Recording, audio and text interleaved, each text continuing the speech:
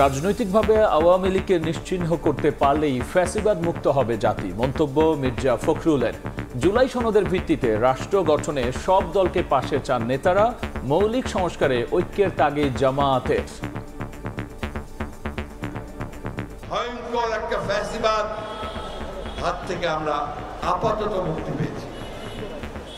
এই মুক্তি তখনই চূড়ান্ত হবে যখন তাদেরকে আমরা রাজনৈতিকভাবে সম্পূর্ণ নিশ্চিহ্ন করতে পারবো। আশা করি সবাই ঐক্যমতের ভিত্তিতে এই রাষ্ট্র গঠন প্রক্রিয়ায় একমত থাকবে। ফ্যাসিবাদ বিরোধী জাতীয় ঐক্য আমাদের শক্তি হবে। জুলাই গণ অভ্যুত্থানের অর্জনকে স্থায়ী, টেকসই এবং আরও সামনে এগিয়ে নিতে হলে প্রয়োজন দেশের রাজনৈতিক দলসমূহের বৃহত্তর ঐক্যমত। অনিশ্চয়তার মধ্যে শুরু হতে যাচ্ছে জুলাই সনদের যাত্রা। মৌলিক বিষয়ের অনৈক্যে গুরুত্ব কমার শঙ্কা বিশ্লেষকদের। বিএনপি যদি এখানে অনেকগুলো নোট অফ ডিসেন্ট দিয়েছে ঐক্যমতের বিষয়গুলিতে, তাহলে তো এই ঐক্যমত সামনে কতটুকু স্থিতিশীল হবে সেই সন্দেহ তো থেকেই যায়। নির্বাচনের তারিখ ঘোষণাই হচ্ছে ঐকমত্যটাকে আরো দৃঢ় করবে। দেখছিলেন প্রধান শিরোনাম। সন্ধ্যার সময় সঙ্গে আছি আমি গোলাম রাব্বি এবং আমি কনক আজাদ। এবার অন্যান্য শীর্ষ সংবাদ। জুলাই অভ্যুত্থান দেশের সার্বভৌমত্ব ফিরিয়ে এনেছে, জুলাই ফেস্টের সংস্কৃতি উপদেষ্টা। গ্রাফিতি ফ্যাসিবাদ পুনরুত্থানে বাধা হয়ে দাঁড়াবে বলেন আসিফ মাহমুদ। বৃষ্টি মাথায় নিয়ে রাজপথে জুলাই যোদ্ধারা। জুলাই সনদের দাবিতে দ্বিতীয় দিনের মতো শাহবাগে অবস্থান। বাস্তবায়ন না হওয়া পর্যন্ত রাজপথে থাকার ঘোষণা। আওয়ামী লীগের গোপন বৈঠকে জড়িত থাকায় মেজরের বিরুদ্ধে তদন্ত আদালত গঠন। সততা মেলায় নেওয়া হয়েছে সেনা হেফাজতে। রাজনৈতিক সংশ্লিষ্টতা পেলে ছাড় পাবেন না কোনো কর্মকর্তা। গুলশানের চাঁদাবাজির ঘটনায় গণতান্ত্রিক ছাত্র সংসদের বহিষ্কৃত নেতা জানে আলম অপু গ্রেফতার। 2 লাখ টাকা উদ্ধার। এ নিয়ে পুলিশের জালে 6 জন। এবং মার্কিন শুল্ক হার আরও কমানোর চেষ্টা অব্যাহত রাখার পরামর্শ রাজনীতিকদের। বিদেশি ক্রয়াদেশ নেওয়ার সময় ব্যবসায়ীদের কৌশলী হওয়ার আহ্বান অর্থনীতিবিদদের।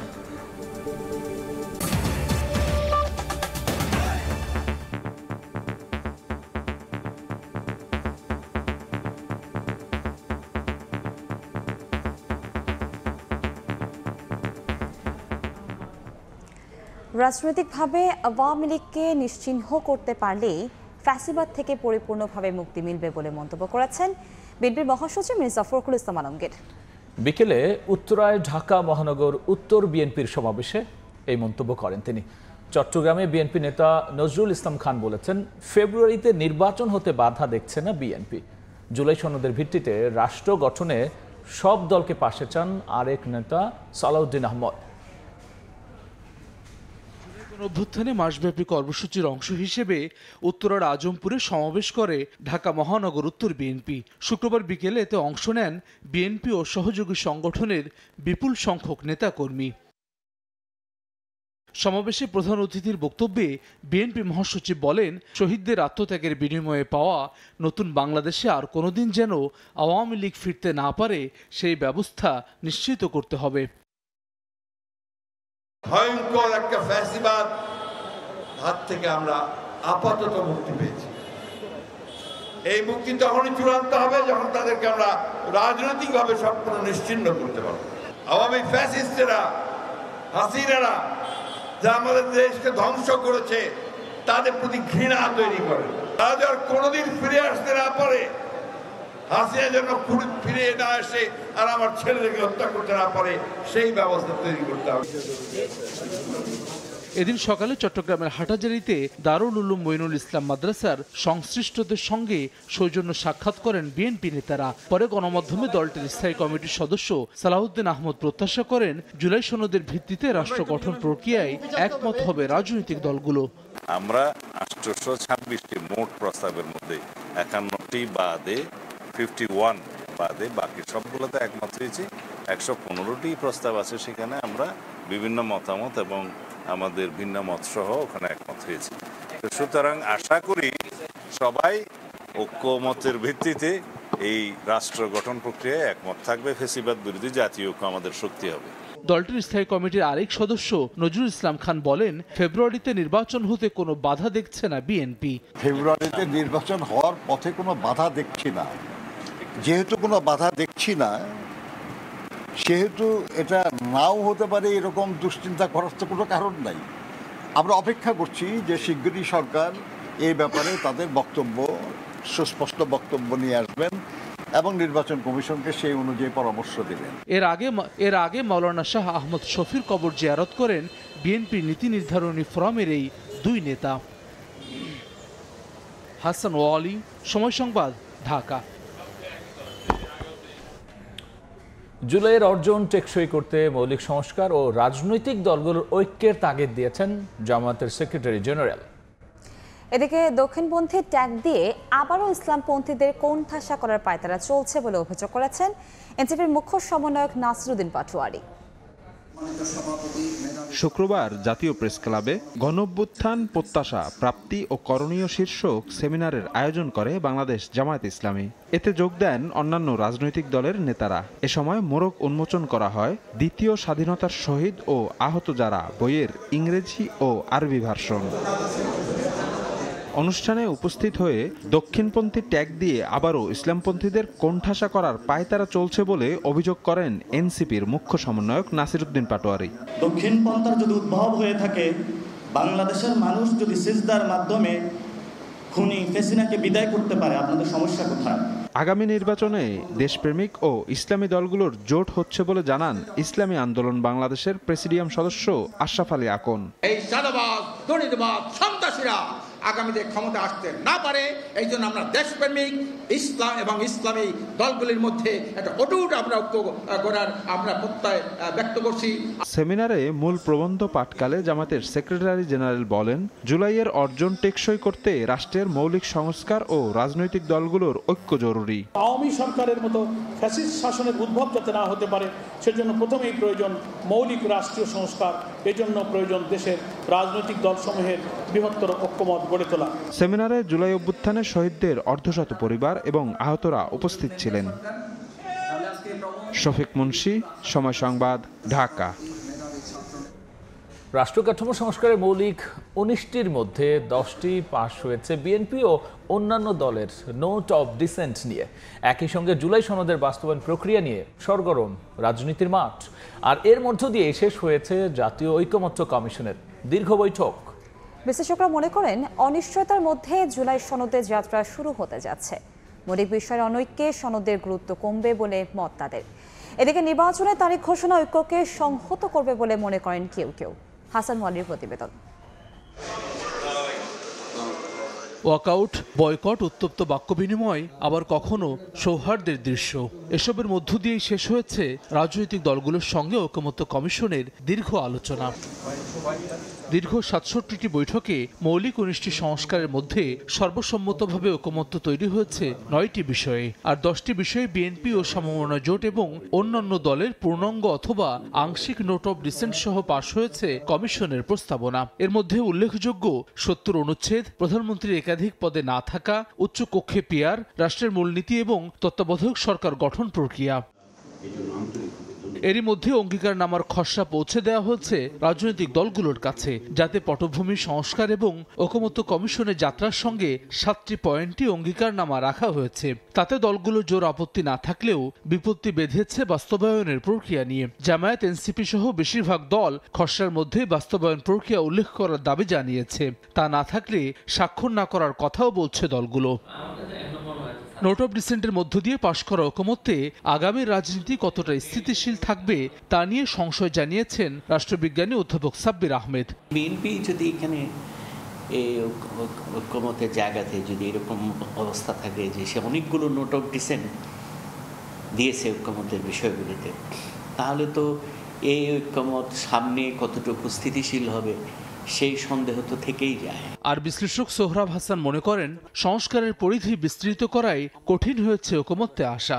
সংবিধান সংস্কার কমিশন তারা পরিধিটা এত বেশি বিস্তৃত করে ফেলছিল, যেটার নিয়ে ঐকমত্য আলাপ আলোচনার মাধ্যমে ঐকমত্যে আসা কঠিন। সংস্কার বাস্তবায়নে আইনি ভিত্তির উপর জোর দিয়ে বিশ্লেষকরা বলছেন নির্বাচনের তারিখ ঘোষণা ঐক্যকে সংহত করবে। 5 আগস্টের আগেই নির্বাচনের সুনির্দিষ্ট তারিখ ঘোষণা করা। রক্তক্ষয়ী গণঅভ্যুত্থানে শেখ হাসিনা সরকারের পতনের পর দাবি ওঠে পুরো কাঠামোর আমূল সংস্কারের। তারই ধারাবাহিকতায় 15 ফেব্রুয়ারি যাত্রা শুরু করে জাতীয় ঐকমত্য কমিশন। হাসান ওয়ালি, সময় সংবাদ, ঢাকা। জুলাই অভ্যুত্থান দেশের সার্বভৌমত্ব ফিরিয়ে এনেছে বলে মন্তব্য করেছেন সংস্কৃতি বিষয়ক উপদেষ্টা মোস্তফা সরোয়ার ফারুকী। জুলাই বিপ্লব স্মরণে ঐতিহাসিক সোহরাওয়ার্দী উদ্যানে সাইমুম শিল্প গোষ্ঠী আয়োজিত 4 দিন ব্যাপী জুলাই জাগরণ কালচারাল ফেস্টের উদ্বোধনী অনুষ্ঠানে কথা বলেন তিনি। এদিকে প্রধান উপদেষ্টা প্রেস সচিব শফিকুল আলম বলেন, ফ্যাসিবাদ আবারও মাথাচাড়া দেবে। অনৈক্য রোধে সবাইকে সজাগ থাকার আহ্বান জানান তিনি। গত 1 বছরে আমরা বলবো যে বাংলাদেশে একটা কালচারাল বিপ্লব হয়ে গেছে নীরবে। এটা আপনারা দেখছেন যে বিপ্লবের সূত্রপাত হয়েছিল জুলাই আগস্টে, যে বিপ্লবের সূত্রপাত হয়েছিল দেয়াল লেখনের মাধ্যমে। অভ্যুত্থানের মধ্য দিয়ে বা বিপ্লবের মধ্য দিয়ে বাংলাদেশ যেটা অর্জন করেছে সেটা হচ্ছে বাংলাদেশ তার সার্বভৌমত্বকে টেক ব্যাক করেছে। জুলাই গ্রাফিতি ফ্যাসিবাদের পুনরুত্থানে বাধা হয়ে দাঁড়াবে বলে মন্তব্য করেছেন স্থানীয় সরকার উপদেষ্টা আসিফ মাহমুদ সজীব ভুঁইয়া। তিনি বলেছেন, 24 জুলাইয়ে দেয়ালগুলো প্রতিবাদের কণ্ঠস্বর হয়ে উঠেছিল। বিকেলে রাজধানী বিজয় সরণিতে জুলাই আর্টওয়ার্কের উদ্বোধনী অনুষ্ঠানে অংশ নিয়ে কথা বলেছেন স্থানীয় সরকার উপদেষ্টা। তিনি বলেছেন, ফ্যাসিবাদের আমলে মানুষ যেভাবে শোষণ নিপীড়নের শিকার হয়েছে, গ্রাফিতির মাধ্যমে মানুষ রাস্তায় বের হলেই তা দেখতে পারবেন।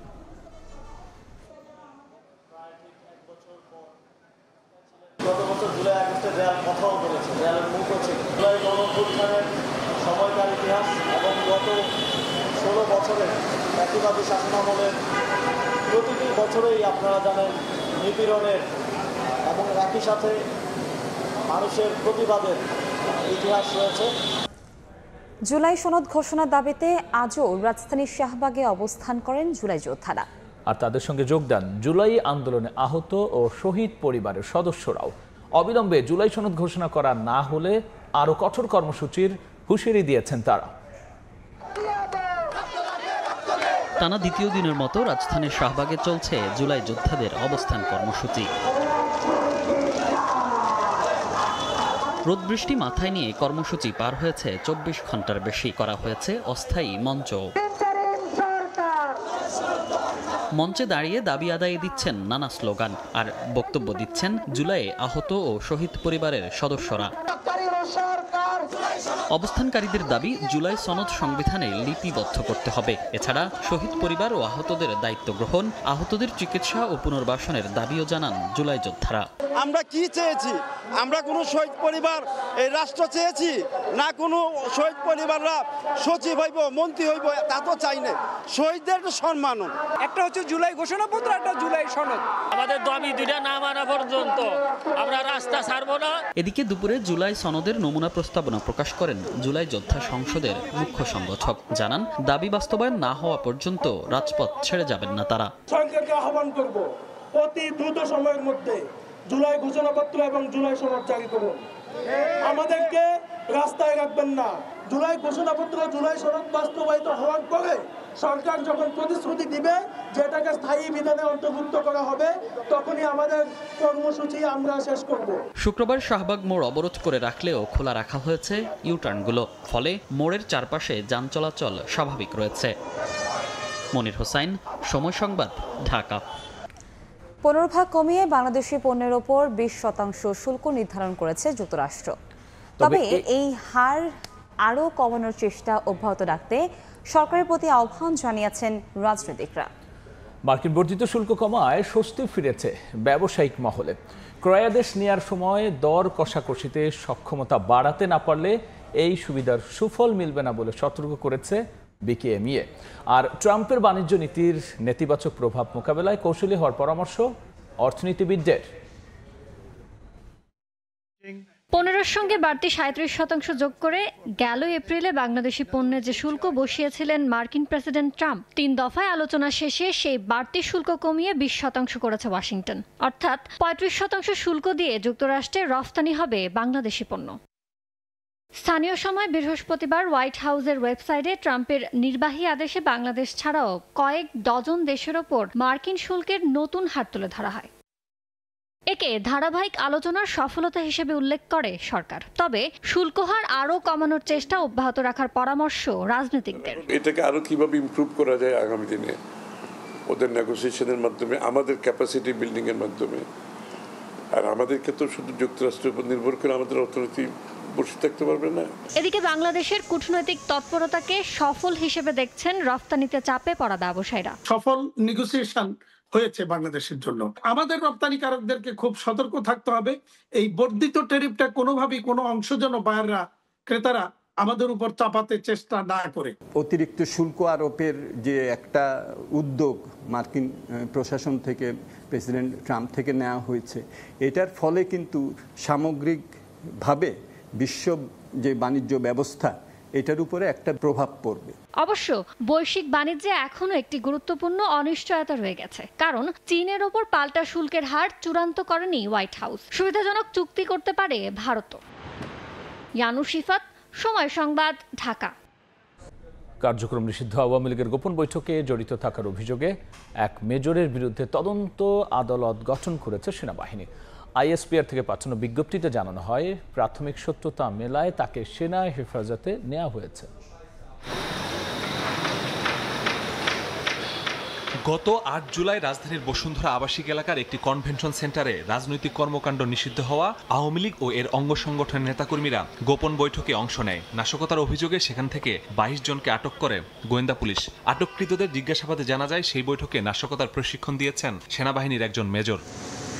পরে অভিযোগের সত্যতা পেয়ে ১৭ জুলাই রাজধানীর উত্তরা নিজ বাসা থেকে সেই মেজরকে হেফাজতে নেয় সেনাবাহিনী। বৃহস্পতিবার সেনা সদরের ব্রিফিংয়ে বিষয়টি সামনে আসে। আর্মির হেফাজতেই সে আছে। শুক্রবার এক প্রেস বিজ্ঞপ্তিতে আইএসপিআর জানায়, সেই সেনা কর্মকর্তার রাজনৈতিক সংশ্লিষ্টতার অভিযোগে গঠন করা হয়েছে তদন্ত আদালত। এরই মধ্যে মিলেছে অভিযোগের প্রাথমিক সত্যতা। পূর্ণ তদন্ত সমাপ্তির পর প্রাপ্ত তথ্য প্রমাণের ভিত্তিতে ওই মেজরের বিরুদ্ধে সেনাবাহিনীর প্রচলিত আইন ও বিধি অনুযায়ী যথাযথ শাস্তিমূলক ব্যবস্থা গ্রহণ করা হবে। তদন্ত চলমান আছে, দোষ প্রমাণিত হলে নিঃসন্দেহে সেনাবাহিনী প্রচলিত নিয়ম অনুযায়ী তার বিরুদ্ধে ব্যবস্থা গ্রহণ করবে। এদিকে এ বৈঠকের পর থেকেই নড়েচড়ে বসেছে পুলিশের বিশেষ শাখা এসবি। নাশকতার আশঙ্কায় রাজধানীতে ১১ দিনের বিশেষ অভিযান শুরু করেছে ডিএমপি। মাসুদুর রহমান, সময় সংবাদ, ঢাকা। রাজধানী গুলশানে সাবেক এমপি শাম্মী আহমেদের বাসায় চাঁদাবাজির অভিযোগে বাংলাদেশ গণতান্ত্রিক ছাত্র সংসদের সাবেক যুগ্ম আহ্বায়ক জানি আলম অপুকে গ্রেফতার করেছে তিনি। সকালে বাড়ি থেকে তাকে গ্রেফতার করে ডিবি। অপুকে গ্রেফতারের মাধ্যমে চাঁদাবাজির মামলায় অভিযুক্ত ৬ জনই ধরা পড়েছে। সম্প্রতি শাম্মী আহমেদের কাছে ৫০ লাখ টাকা চাঁদা দাবি করে ছাত্র সংগঠনের ৬ সদস্য। প্রথম দফায় ১০ লাখ টাকা নিয়ে সরে যায় তারা। পরে আবার গিয়ে বাকি ৪০ লাখ টাকার জন্য চাপ দিলে চাঁদাবাজির অভিযোগে তাদেরকে গ্রেফতার করা হয়। পুলিশ জানায়, গ্রেফতারকৃতদের মধ্যে ৩ জনের বাসা থেকে উদ্ধার করা হয় প্রায় ২,৭৮ লাখ টাকা নগদ অর্থ ও চেক। গত ৮ জুলাই রাজধানীর গোপীবাগ হতে জানে আলম ওরফে তপুকে গ্রেফতার করা হয়। আগস্ট কেন্দ্রিক আমরা কোনো রকমের নিরাপত্তা সংখ্যা দেখছি না। যাদের বিরুদ্ধে সুনির্দিষ্ট অভিযোগ রয়েছে, এই গোয়েন্দা তথ্যের ভিত্তিতে আমরা আটকগুলো করছি। আমরা খুব গুরুত্ব দিয়ে তদন্ত করে দেখছি এই ঘটনার অন্য কোনো দিক আছে কিনা। বিএসএফের নতুন কৌশল, পঞ্চগড় ও মেহেরপুর সীমান্তে এক বাংলাদেশি তরুণী সহ ১৮ জনকে বিজিবির কাছে হস্তান্তরের পাশাপাশি পুশিন করল ৯ জনকে। বৃহস্পতিবার রাতে বাংলাবান্ধা সীমান্ত দিয়ে এক তরুণীকে হস্তান্তর এবং ৯ জনের পুশিনের বিষয়টি নিশ্চিত করে বিজিবি। এর আগে শিলিগুড়িতে ওই তরুণীকে আটকের পর কোম্পানি কমান্ডার পর্যায়ে সৌজন্য বৈঠক হয়। একই সময়ে পুশিন করা হয় একই পরিবারের ৪ জন সহ ৯ জনকে। তাদের আটক করে তেতুলিয়া মডেল থানা পুলিশের কাছে হস্তান্তর করেছে বিজিবি। এদিকে মেহেরপুরের মুজিবনগর সীমান্তে ১৭ বাংলাদেশিকে বিজিবির কাছে হস্তান্তর করেছে বিএসএফ।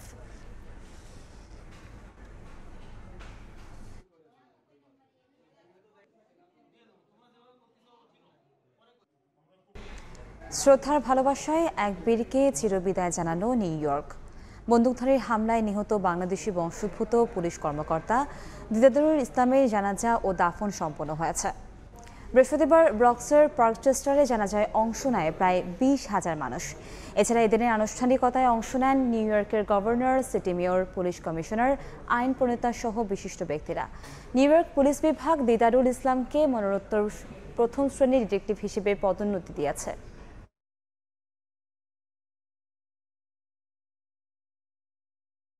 দেখছেন সন্ধ্যার সময়। বিশ্বকাপ, এশিয়া কাপের আগে শুধু স্কিল নয়, পেসারদের মানসিকভাবে সর্বোচ্চ প্রস্তুতি নিতে হবে, পরিকল্পনা সাজাতে হবে কন্ডিশন অনুযায়ী। চ্যালেঞ্জিং হলেও এশিয়া অঞ্চলের মেগা ইভেন্টে টাইগার পেসাররা দারুণ কিছু করবে বলে বিশ্বাস কোচ তালহা জুবায়েরের। যখন আমরা একটু ফ্ল্যাট ট্র্যাকে খেলি তখন কিন্তু আমাদেরকে একটু স্ট্রাগল করতে হয়। সো স্ট্রাগল আমার তখনই করতে হয় যখন আমি মেন্টাল গেমটা আমার খুব স্ট্রং না থাকে। নাহিদ রানা যদি ওকে ভালোভাবে যত্ন নিতে পারি, হ্যাঁ আমরা কখন ওকে খেলাবো, কোন সিরিজগুলো আমাদের জন্য ইম্পর্টেন্ট, এই জিনিসগুলো আমরা যদি ওর মানে রুটিনটা আমরা যদি খুব সুন্দর করে স্মার্টলি নিয়ে আসতে পারি, তাহলে হয়তো বা ওকে আমরা ইনজুরি থেকে মানে দূরে রাখতে পারবো। এ পর্যায়ে শীর্ষ সংবাদগুলো জানিয়ে দিচ্ছে আরেকবার। রাজনৈতিকভাবে আওয়ামী লীগকে নিশ্চিহ্ন করতে পারলেই ফ্যাসিবাদ মুক্ত হবে জাতি, মন্তব্য মির্জা ফখরুলের। জুলাই সনদের ভিত্তিতে রাষ্ট্র গঠনে সব দলকে পাশে চান নেতারা। জুলাই অভ্যুত্থানের অর্জন ধরে রাখতে মৌলিক সংস্কারে ঐক্যের তাগিদ জামায়াতের। ট্যাঙ্ক দিয়ে আবারও ইসলামপন্থীদের কোণঠাসা করার চক্রান্ত দেখছে এনসিপি।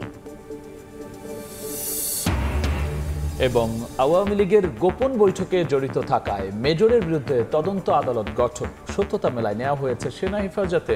রাজনৈতিক সংশ্লিষ্টতা পেলে ছাড় পাবেন না কোনো কর্মকর্তা।